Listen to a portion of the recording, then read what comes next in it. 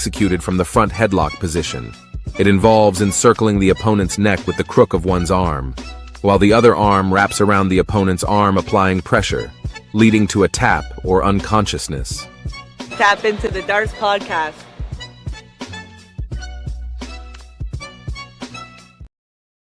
And ladies and gentlemen, we are live for a UFC Fight Night, picks and more on the Darce podcast. Back at it every week with my guys, Mr. Plus Money, Slick Montana, and Cal on the ones and twos, breaking down the Fight Night card. Corey Sandhagen versus Davison Figueiredo this week.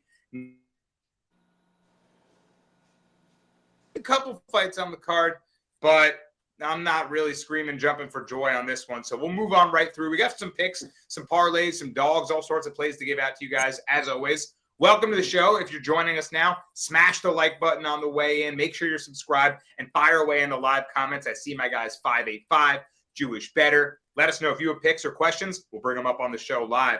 My guys, Slick with Malcolm Wellmaker, cashing the Slick report last week. Think about your boy. Yeah, man. At the end of the day, the man was able to quit his job. He was hoping he was able to get that $50K bonus. Props to him, man. I already knew that he was one of those guys to be dealt with. Cameron Simon, man, I just think it was a little bit too early, too soon to feed him to the wolves like how the UFC did. And hopefully, I suggest the UFC cut him and have him come back when he's like 28, 29. The dude just is taking damage in weight. He can't ground himself to take shots, and I agree with you. I think he's a flyweight. I think he's in the wrong division. Mr. Plus, we got the Darce parlay to cash, and it was an interesting fight night. Unfortunately, Michel Pereira crashed the bus. It looks like you were headed to a win, but just a weird performance from him, right? He's kind of a head case. What are your thoughts on him?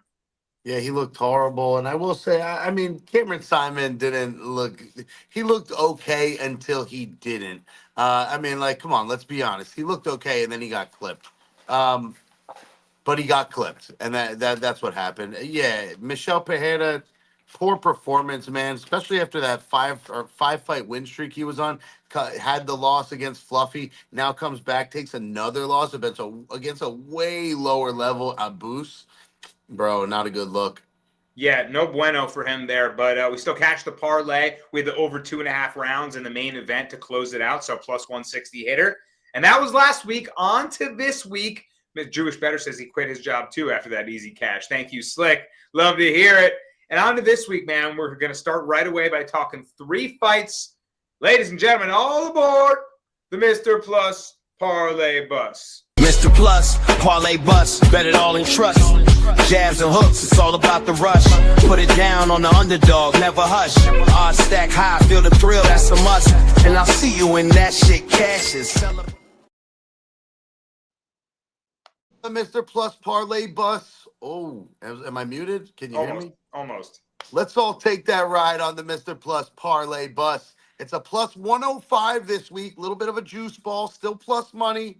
Let's jump right into it. Leg number 1, we're taking Jillian the Savage Robertson. Bro, she's had a resurgence in her career. She started fighting in the UFC, whether you know this or not, at 20 years old. And this girl's now 29 and a UFC vet with like 18 fights. Bro, she's a dog, and she's going to get us that money. This is probably my favorite leg, and I really think this will be easy. I mean, you look at her opponent, Mariana Rodriguez. She's just on a slump, man. She loses the split decisions.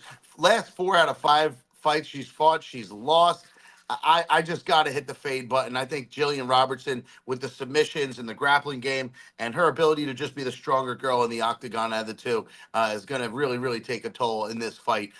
For leg number 2, we're jumping all the way up to the co-main event. Give me Bo Nickel, not Dimes, Nickel. Give me this kid to beat Double R, Rainer de Ritter. Listen, this guy is the real deal. And if Bo Nickel can beat this level competition, he's going to be up there. He's going to be in the ranked, he should be ranked. He should be right up there.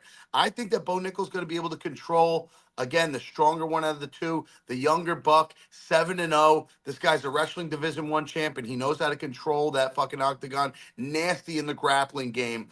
This guy does grappling all the time, grappling events, and he's always winning. I love Bo Nickel. DeRitter, don't get me wrong, savvy veteran, came from the one fight championship, was the double champ there or whatever. But UFC's different caliber, and Bo Nickel has to get through this to get to the next round. We saw DeRitter beat what's his name in the last fight. That was just a horrible showing by Kevin Holland, bro.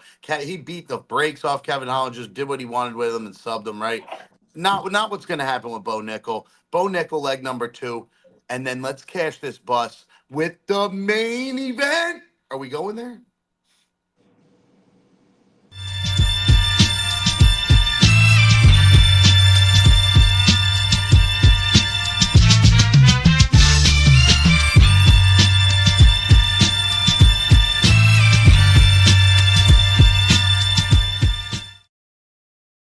You already know where I'm going. If it's the main event, I'm taking the favorite. Give me the Sandman. We're making it plus 105. The stand-up's going to be better. Just a much bigger human being than Figgy. And I'm a Figgy fan, but Figgy's moved up a weight class.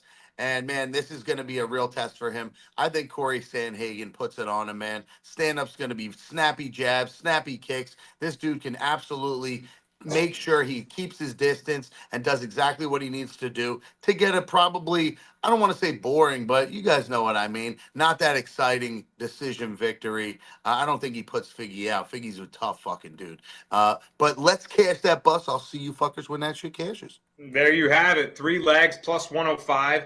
And honestly, right when you put it in the chat for your picks, I said cash it. I don't know how this loses. I mean, I really like it slick. First leg, he's going with Jillian Robertson, and the grappling advantage is just the clear edge. That's why she's a 3-1 favorite, right? Rodriguez is definitely the most skilled boxer, skilled striker maybe she's ever faced.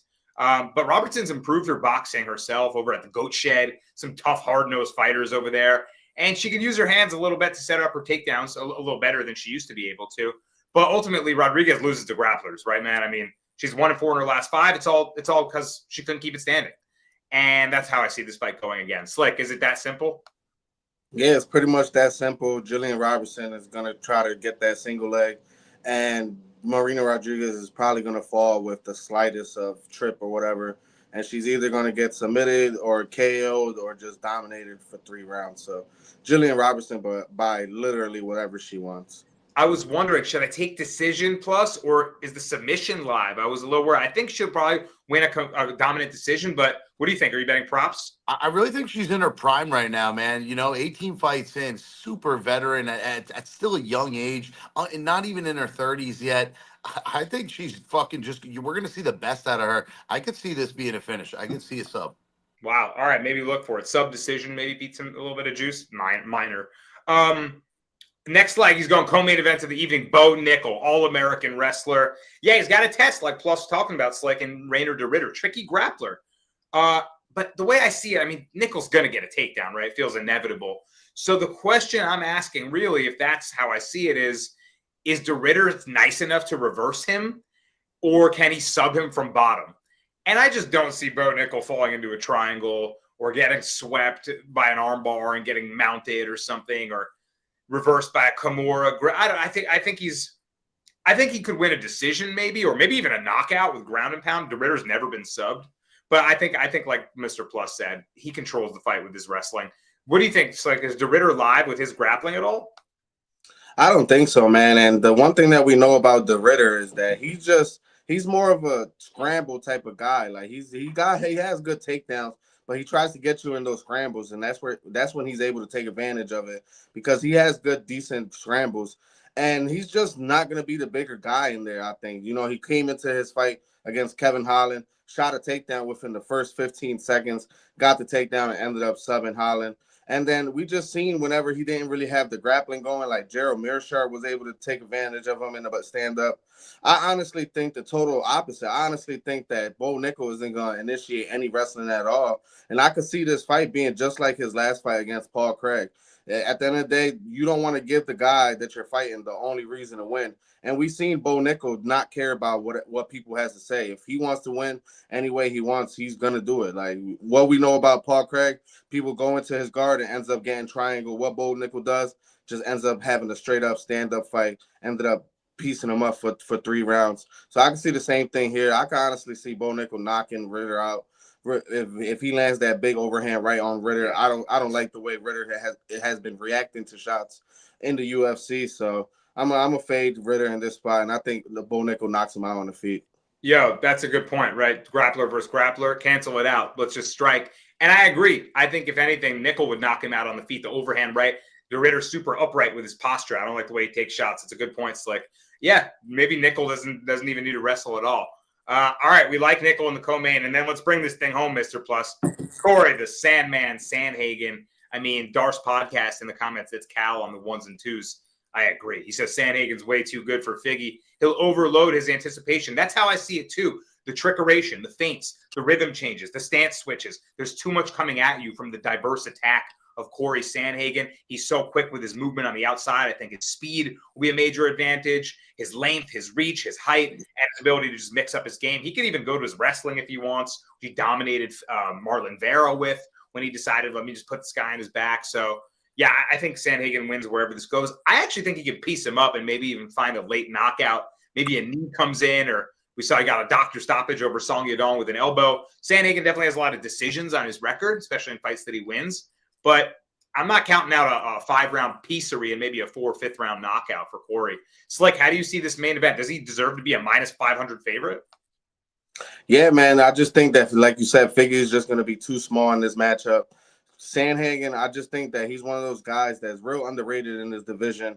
Well, a lot of his fights, man, whenever he does go 5 rounds, he puts up a shit ton of volume. I just think that I'm going to bet this fight. I'm going to bet Sandhagen's round 3, 4, 5 KO. And I just think that he's going to be able to overwhelm a guy like Figgy that we know that already has cardio issues. And then even in that Jan fight, in his last fight, Jan is not the type of guy to put it on you. You know, he waits for you to make a mistake, and that's when he capitalizes. That's not Sandhagen. Sandhagen will put the pressure on you for all 5 rounds and go in your face and just initiate all types of offense. And I think that's what Figgy is known for. You know, he's known for waiting for that offense and just landing that one haymaker, and he's able to knock people out. He's not going to do that to Sandhagen. Sandhagen has one of the best chins in the division, if not honestly the best chin, because I honestly don't really see him getting hurt a lot. So I think this is a good spot for Sandhagen to get a late finish against Figgy and just put his name back in the hat in the top 3, hopefully a title shot in his future. 100%, man. Dominant win. Jewish Better says 50-45 in the comments. I'm thinking either I bet not late knockout or I bet like spreads, and I bet Sandhagen to just, like he said, just win every round and dominate every round on every judge's card. We all see it the same as Mr. Plus. We're riding the bus this week for plus 105, and like he says, I'll see you when that shit cashes. I like it, man. All right. We talked about the parlay bus from Mr. Plus. We talked about the main event. Onward we march. Salute, ladies and gentlemen, because next up, we have the Slick Report. Philly in the game, and you know we on time. Slick reports coming, ain't never gonna stop. MMA cappers with the knowledge and the flow. From the East Coast, getting that paper like a Philly bankroll. Rocking every fight, keep the audience on hold. So we're going with a guy that already cashed for us for the Slick Report before. Got a little cheeky decision, but hey, we cashed it at the end of the day. We're going with Sirhay City money line minus 130 around there. You can get him right now over Cameron Smotherman. I just think this line right now is just a little bit overrated in the sense that a lot of people are giving props to Smotherman cashing as a plus 400 dog against Jake Halley. And that was just honestly because if you really watch regional tape scene on Cameron Smotherman, he's one of those guys that give up his back easily, gets rear naked choked, gets gassed out whenever there's some grappling exchanges. And Jake Halley, who surprisingly didn't include no grappling in this fight, but the first fight he has in PFL, he lands a Scottish twister. So I don't know what this guy's mindset is. So he brings to this fight no type of grappling. And Smotherman was just basically able to 1-2 his way to a victory. You know, Halley really wasn't trying to engage in the pocket brawls. But this guy, Sirhay City, man, I really watched tape on this guy so much for the Slick Report that I just like his all around game, man. I love the way that he's relentless. He pushes forward. There's one bad thing about him, and that's he does trust his chin a lot. But man, against a guy like Cameron Smotherman, I think he's going to be able to put the kicks all to each level. I think he's going to be able to break a guy like Cameron Smotherman. And if he initiates any type of grappling, he's going to be the guy to really put some pressure on Cameron Smotherman to get that knockout. And if it comes down to that, trust and believe, I trust Sirhay City's chin way more than I trust Smotherman to get a knockout. So I think this is a good spot for Sirhay City, getting away from a guy like Garrett Armfield that's a little bit more technical, a little bit more boxer oriented, that was able to capitalize on Sirhay City's mistakes. I don't think Smotherman is that guy. I think Sirhay City gets the all-around game going, gets the kicks going, and just overwhelms Cameron Smotherman. That, like I said, this line is a little bit inflated because he just cashed as a plus 400 underdog. A lot of people need to watch tape and watch his regional scene. This guy folds under pressure, and Sirhay City is the one to give the pressure. So give me Sirhay City money line minus 130. There you have it. Slick Report, Sirhay City. And we got some Houston versus Canada debate in the comments right here. Cal saying that Sirhay City's trains just down the street from him, Canadian and Jewish better. Houston, Texas, Houston native. He said they don't play. Babyface Killer and Cameron Smotherman. I like Slick's point, Mr. Plus, about the line shift, right? Smotherman coming in on short notice against Hadley, who was actually preparing for Brady Heastand in that fight, then takes on a few days. Smotherman, I just think Hadley, who Slick pointed out, is kind of a head case too, right? Guy just doesn't always bring the right fight IQ, was unprepared. I think he was prepared for a totally different style. He's ready to defend a relentless wrestler and fend his takedowns off. Instead, he just got boxed up, right?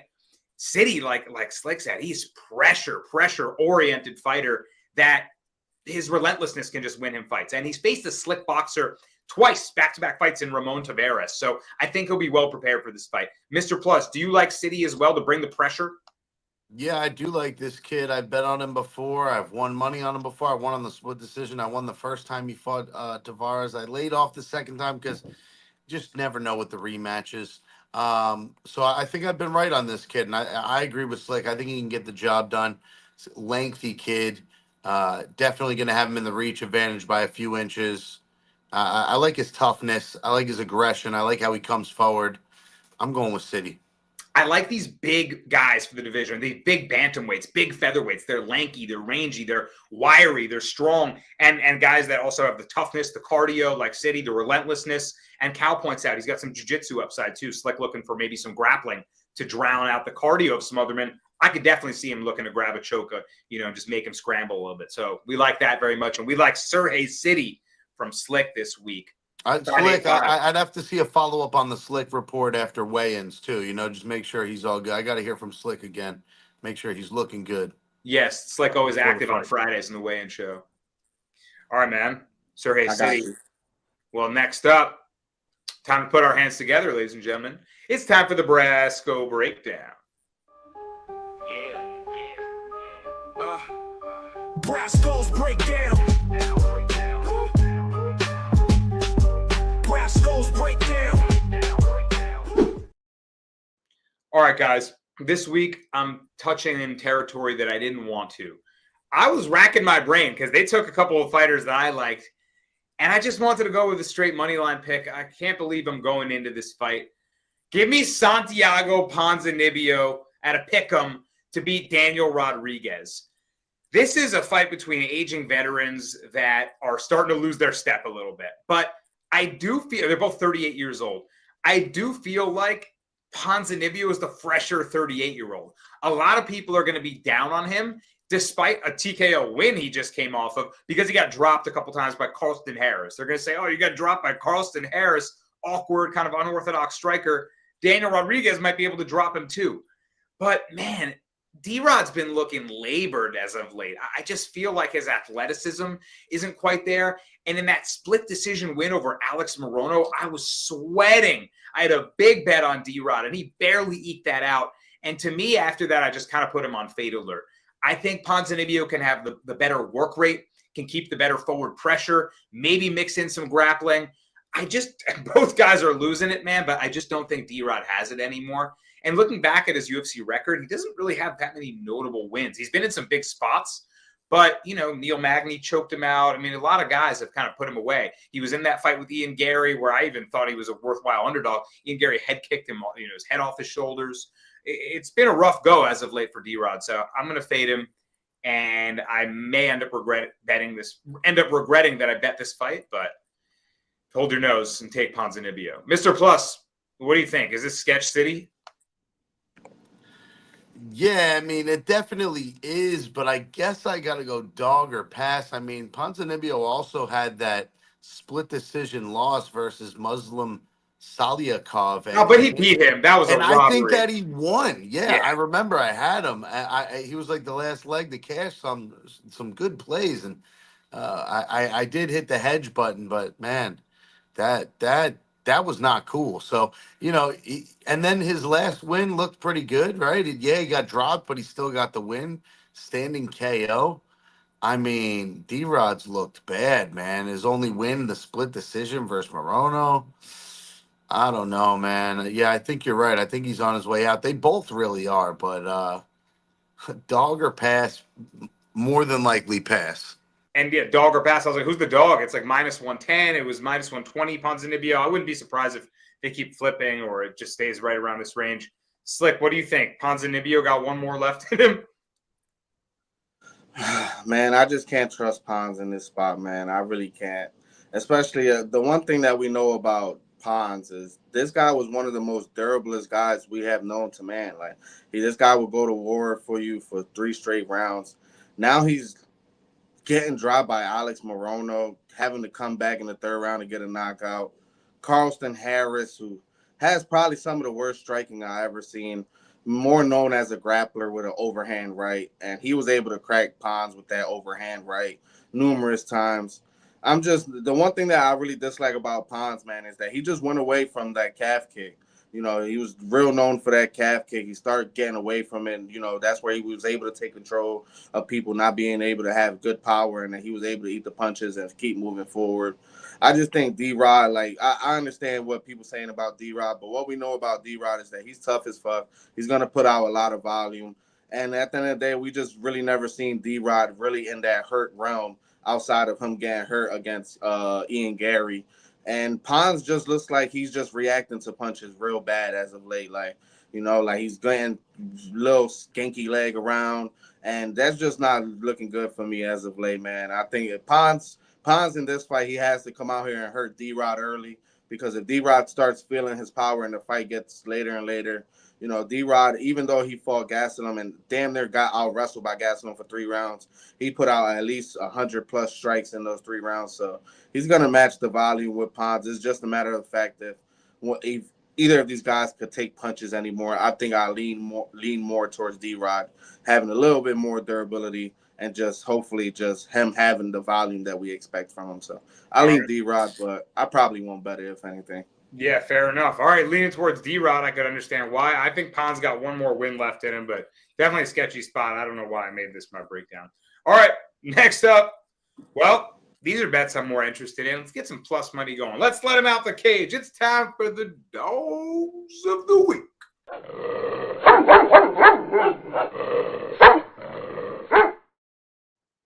All right, first up, Mr. Plus, you go ahead. This is a good fight, man. Who are you going with?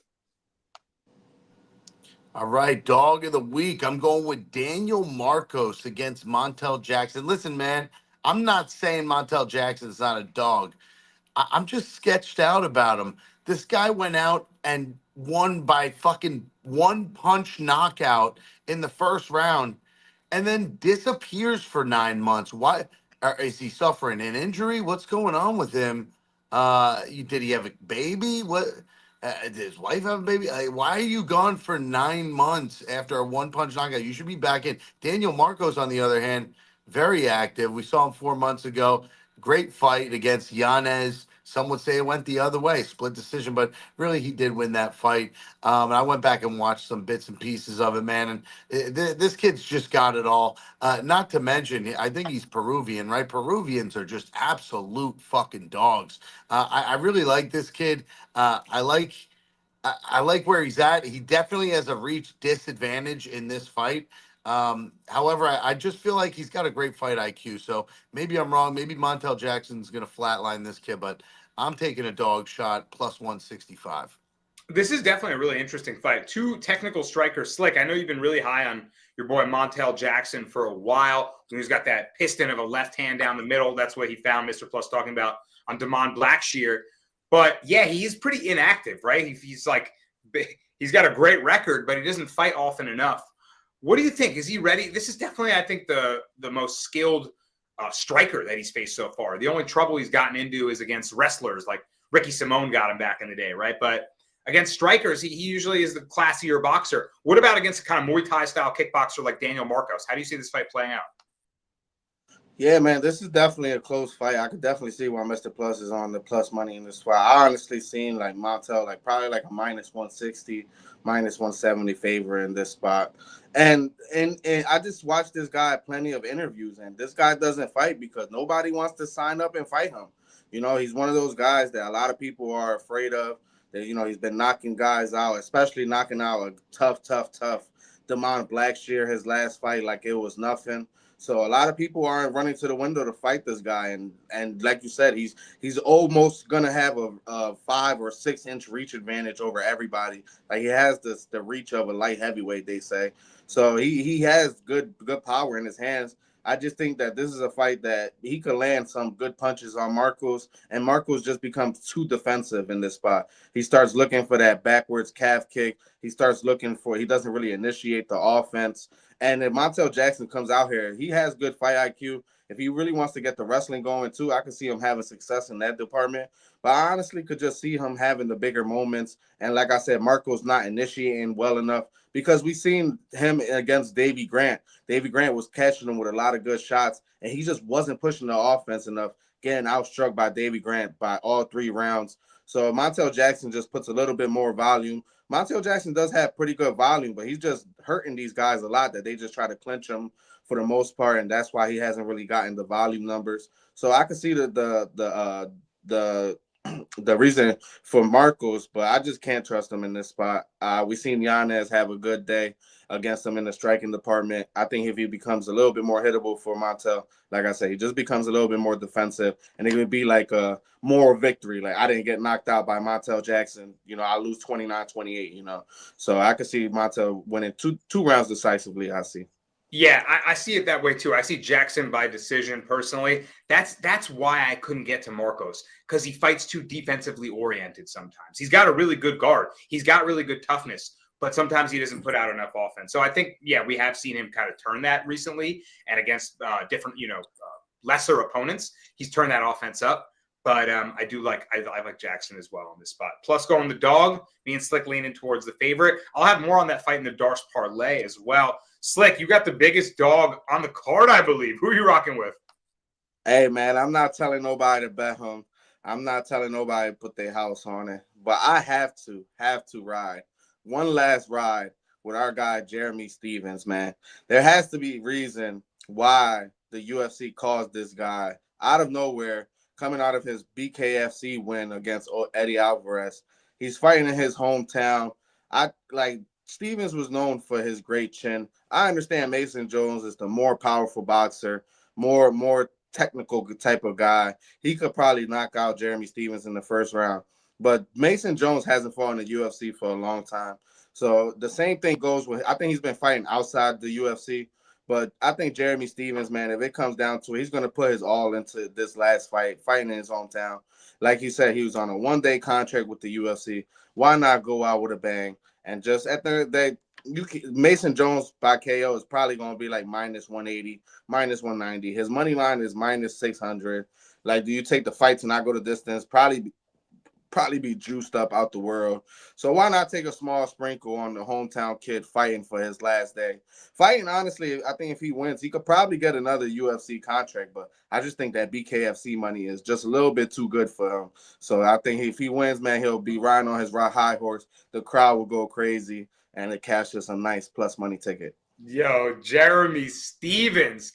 I mean, plus, like he said, he's known for his toughness. Fighting BKFC, he went 0-7-1 in his last 9 MMA fights 1-7-1 with the UFC and the PFL. And then he said, fuck it, I'm going bare knuckle boxing. And he found his home there. He's doing well. So now he comes back to the UFC. I mean, plus, what do you think? Is he worth the dog shot? I mean, he's an absolute dog. I definitely remember this one fight against Ludovic Klein, and the kid lost. Other than that, he's been at Cage Warriors. Really can't put any stock into those kids. Yeah, man, I just worry about our guy's age, Jeremy Stevens, man. But I mean, why not take a shot? You got plus 425. There's absolutely no value in this Mason Jones, basically second or re-debut in the UFC, second fight, right? I'm going with the dog shot. I might put a little something on it, man. Jeremy Stevens is cool. Yeah, I saw Mason Jones minus 575, and I was like, excuse me? Like KGB says, who the fuck is that guy? That's who that guy is. It was Jeremy Stevens. That's who McGregor was talking about. Who the fuck is that guy? It was Jeremy Stevens. You know what? But there's a reason I think he's a huge favorite. I think it's his wrestling. I think he's just going to take him down. Mason Jones got fraud checked by Ludovic Klein. He went out of the UFC 5-0 in Cage Warriors since then. He comes back. He says, he didn't deserve to be a minus 600 favorite against anyone, but I think he's going to wrestle. I think he's going to make it boring. Jones' decision maybe has some value on it, but otherwise, let's go over Jeremy Stevens to knock him out and get the big upset. That's what I want to see as a fan, so I'm rooting for that one, Slick. My dog of the week, guys, I'm going with Ryan Loder, plus 310. We saw him pick up the upset win over Robert Valentin. Hey, man, he made me a believer because I like Valentin. Valentin off The Ultimate Fighter was this big, scary Viking kind of Yuri Prohaska-esque guy, and he just killed that hype train real quick. Loder dominated him with his wrestling, his ground and pound. And, Robert Valentin got dominated by Torres Finney's wrestling too. But Finney couldn't do any damage to him. Finney couldn't keep him down. Loder abused him. So we'll see how that holds up against Azamat Bekoev. Bekoev looks like a pretty solid middleweight prospect. He's the big favorite for a reason. The guy's skilled. He's pretty good everywhere. So I'm pretty worried about it. But my thinking is plus 310 on a guy who might be legit, like a really, really high-level wrestler.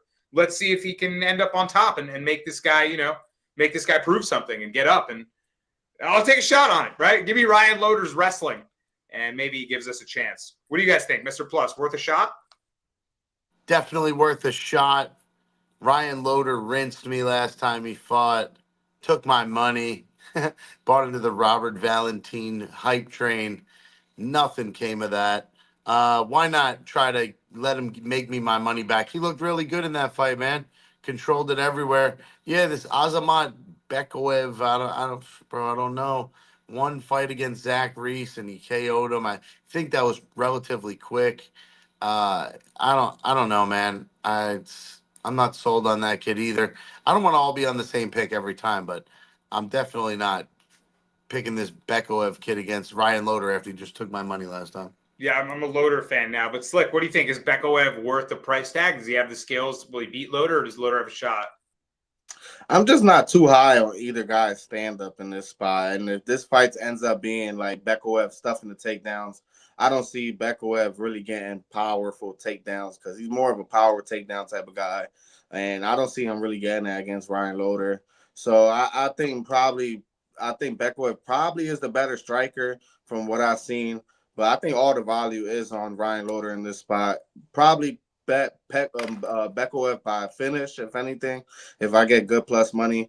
But if it's like he's minus 400 and the finish is like minus 110, I'm not betting it. So Ryan Loder could be the pick if he gets the wrestling going. But we just haven't, like, he got the takedowns against Valentin and he looked good. But what happens if he doesn't get the takedowns against Bekoev? I've seen a couple fights on the regional scene and he didn't really look too good. But at the end of the day, people could progress and he could look better with the stand-up now. So I think this could be a boring-ass fight, probably a lot of clinch work, a lot of trying to get takedowns. And maybe this could be like that Aaron Jeffrey fight. Aaron Jeffrey versus the other guy ended up being close because the other guy got some takedowns, but, Jeffrey did a little bit better work on the feet. So that could be this fight, Bekoev doing the better work on the feet and Ryan Loder trying to get takedowns and trying just keeping control. So this could be a boring ass fight. So. I sure hope not. I was going to say, I sure hope not. Yeah, you're making me feel like spread is worth the play if it's going to be kind of cheeky and close like that. Grappling, weak striking. Maybe we'll look at the spread, perhaps. All right, man. I'll be rooting for Loader. And we did the thing with the dogs of the week. All right, guys, we got to come together as a team and lace them up for the Darce parlay.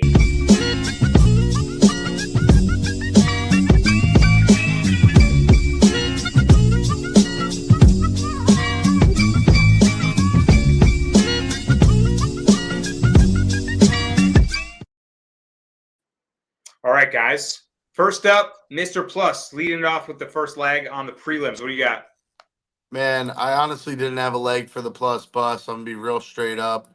I just had to pick one of the fights that were left because anything that I was thinking about putting into the Darce, I already had on the plus bus, and I didn't want to have two legs, all right? Because one of us already has one. So I'm going with a guy that got the win the last fight against someone that we were all on, Cortavius Ramius. Give me Gaston Bolaños. He looked pretty tough in his last fight. Another Peruvian fighter. I told you these guys are absolute dogs. And honestly, I just don't believe in Kwang Lee. He's a fade. 0 UFC wins. Very, very hittable. I think Bolaños is going to work him around the octagon, do what he needs to do to get the dub here. These guys are essentially really close in size, so no advantage there. But give me Bolaños just because he's hungrier and tougher and Peruvian. There you go. And I'll take a side of ceviche. Slick, I had trouble with this fight, man. This one sketches me out. I kind of looked away from it because Bolaños definitely a skilled kickboxer, and maybe he answered some questions. He got into some trouble with his grappling and his wrestling defense. He was able to escape against Romius in some tricky ways where he made himself like a pencil and got out of this body triangle. So he's athletic, he's creative, and he seems to be improving. But I don't know. I'm a little worried. Take shots too. He's taken on kind of a wrestler boxer type of guy, and Kwang Bang Lee. Kwang Bang Lee's got some boxing, man. I think this could be a close fight. What do you think about this matchup? Yeah, I mean, I definitely lean Bolaños in this spot. I was actually ecstatic that I seen Bolaños at minus 180, and I seen this morning he was minus 148. So I'm yeah, some money is actually coming in on the Lee side. I'm just not too high on Lee in this spot. I think if he gets the wrestling going, I just don't think he's gonna have huge success. And if he starts to waver his gas tank, like we seen against Chris Gutierrez when he wasn't able to get the wrestling going, how easy it was to get jabbed up, how easy it was to get kicked. So if this ends up being a more stand-up type of fight, I think Bolaños is one of those guys that he's just going to be able to be technical everywhere the fight. I mean, wherever the boxing fight goes, the stand-up fight. I think he's going to be slicker. I think he's going to have more tools in his arsenal in the stand-up. And if the fight does go to the ground, man, this guy just doesn't stay still. He will try to hit you with elbows in every second of whenever he's on the ground. I remember Romunis tried to take his back, and he freaking 12-6 elbowed him. This guy just doesn't stay still. And if Lee's not having success like he wasn't against Chris Gutierrez, I could see him just being stuck, not knowing what to do. And Bolaños probably just piecing him up, jabbing him up, elbowing him up, and wins a decision, probably damage-based decision in this spot. So I really like Bolaños in this spot, and I think he backs up that win that he got against Romunis. There you go. Slick confident and maybe more than Mr. Plus in Gaston Bolaños. And all right, feeling good to kick things off.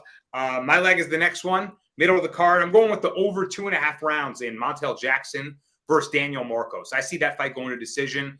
We both talked about their toughness. Marcos, right, Peruvian toughness, like Plus is talking about all show.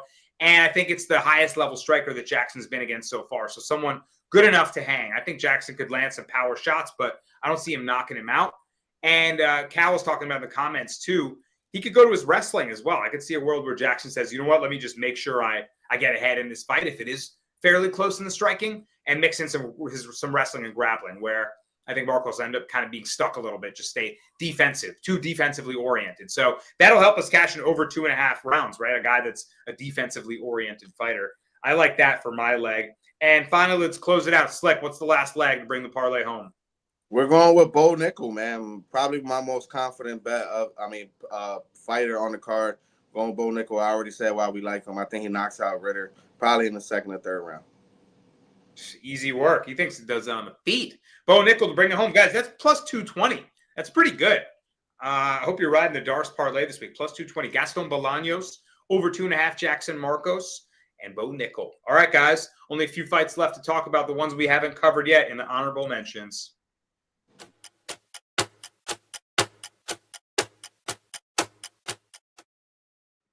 First fight of the night, Juliana Miller, Ivana Petrovic.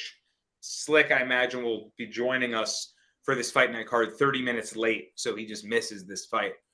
Slick, give me an elite level breakdown on why Ivana Petrovic will beat Juliana Miller, I think. It's honestly no breakdown. I'm honestly not gonna skip this fight because this should be easy money. Like, this should be easy money. Juliana Miller is probably one of the worst girls I ever seen in the UFC. Striking atrocious, grappling is somewhat okay, wrestling is atrocious. She's just atrocious. Petrovic gets the job done. Sub rounds 1 or 2. Yeah. Plus, my write-up for this one was this will be a fight for both guys to prove that they're UFC caliber talents. Is it Petrovic or is it Miller? It's definitely not Miller. Petrovic gets the bounce back. I think she won the last fight against that Lynn Horth. Just give me Petrovic to give me my money back from that one. Good point. Maybe a soft landing after a robbery. You know what? Here's a layup. Sorry about that one. Yep. Petrovic inside the distance now. Petrovic sub is what I like now. Good call, fellas. This is why we talk about them. We figure it out together. Thomas Peterson versus Don'Tale Mayes. Slick hangs his head in agony. Oofa! Sloppy heavyweight contest. Peterson by activity? I don't want to bet it. Plus, what do you got? I hate this fight. How are these guys in the UFC? Heavyweight division's taking anybody nowadays, boys. I don't fucking know, man. I hate this fight. This will be my Henny break. And slobber knocker fest over here in the fucking heavyweight division. Give me fucking Don'Tale Mayes. No, don't do it. Give me plus money. You do not want it. Yo, I have to shout out Jewish Better in the comments, who I remember had like he had like 9 units on Thomas Peterson versus Mohammed Usman before, he beat him easy. But I was like, bro, what are you talking about? Why would you ever put that much money on this guy? He beat him without a doubt, shadow of a doubt. So it was a great bet. And now Jewish Better's all over his guy, Thomas the Tank Engine Peterson. I don't know if that's his nickname, but it should be. Slick, is there any value in this fight at all? I mean, I'm going to go with Thomas Peterson by KO. Yes. His last 2 fights, he has fought 2 good wrestlers, Muhammad Usman, and I forgot the other guy off the top of my head, but 2 guys with 2 good takedown defenses. He's fighting Don'Tale Mayes that has like a 40% takedown defense. Got only guy in UFC history that has 2 heel hook losses in his repertoire. So I think Thomas Peterson takes him down and probably lands some vicious ground and pound. And hopefully we see Don'Tale Mayes stop taking pictures with John Jones, acting like he is his legit training partner. He's Jackson Wink, baby, Jackson Wink. I'm like, come on, man, you're not like that. I'll never forget Cyril Gane's rise up the rankings when he heel hooked Don'Tale Mayes. I was like, oh, heel hook. That was one of the first heel hook subs I had seen, I remember. All right, man. So we like Peterson. Last fight of the night, Misha Cupcake Tate versus Yana Santos. Battle of 38-year-old Misha Tate, former champion Misha Tate against Santos. I mean, can she wrestle here? That's really the question. I almost want to bet on Santos as a dog, just defend some takedowns and land some low kicks and win. Because it's Tate wrestling or bust. Mr. Plus, how do you see this fight? Nah, I think it's Misha Tate all day here. This is an easy one. I mean, Yana Santos looked good in their last fight, but she fought Chelsea Chandler. A punching bag, very beatable. I got to go Misha Tate here. I think she's still got a little dog and grit left in her. You're right, former champ. If she's back in the octagon, I feel like it's for a reason. Haven't seen her in over a year. Give me Misha Tate. It's my only issue, Slick. She's not active. She had a baby. She stepped away. She came back. She's still not very active. So that was my only thought was like, maybe I just take the more active fighter, but ugly fight. What do you think? I mean, honestly, I really don't think anybody has to be active against Yana Santos because we just seen a decorated a decorated kickboxer in Holly Holm out grapple her for almost every minute of that fight. There's no way Miesha Tate doesn't get one takedown, and if she gets one takedown, I honestly, if Miesha Tate has anything left in the tank, I honestly think she could ground and pound her or put her in an arm bar or something. So Yana Santos, she has good initial takedown defense, but when you get her on the ground, she's one of those fishes that you try to reel out of the water and it's just flopping on the deck and stuff like that. So that's her on the ground. So I'm not trusting her. And the one thing that we known her outside of that is that she only wins fights in the clinch. Like, Right. if she has to outbore me for 3 rounds in the clinch against Miesha Tate, then, girl, you deserve to take my money. So, I'm good with that. So, hey. And like we said, her last win was Chelsea Chandler. We just seen Chelsea Chandler lose to fucking Jocelyn Edwards for round 1 in the first minute of round 1 KO. So Who had that? Who had Edwards round 1 KO? That's crazy. So I'm gonna go Miesha Tate minus 142. Probably throw like a unit or 2 on her.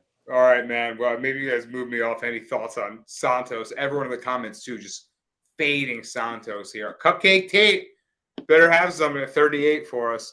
All right, guys, that's UFC Fight Night. Corey Sandhagen versus Davison Figueiredo. My guys, Mr. Plus, Slick Montana, and Cal on the 1s and 2s, bringing it to you live along with your boy Brasco Bets. Do us a favor, guys, before you leave. Hit the like button, please. Share the pod, right? We're trying to grow. Let us know what you think in the comments. Help us grow, and we appreciate everyone being here at the show. We'll see you every single week for MMA breakdowns. Until the next one, y'all, this has been the Darce. Peace. Jasmine Jasovizzi is here. Don't forget to tap into the Darce podcast. The Darce choke is a submission executed from the front headlock position. It involves encircling the opponent's neck with the crook of one's arm, while the other arm wraps around the opponent's arm, applying pressure, leading to a tap or unconsciousness. Tap into the Darce podcast.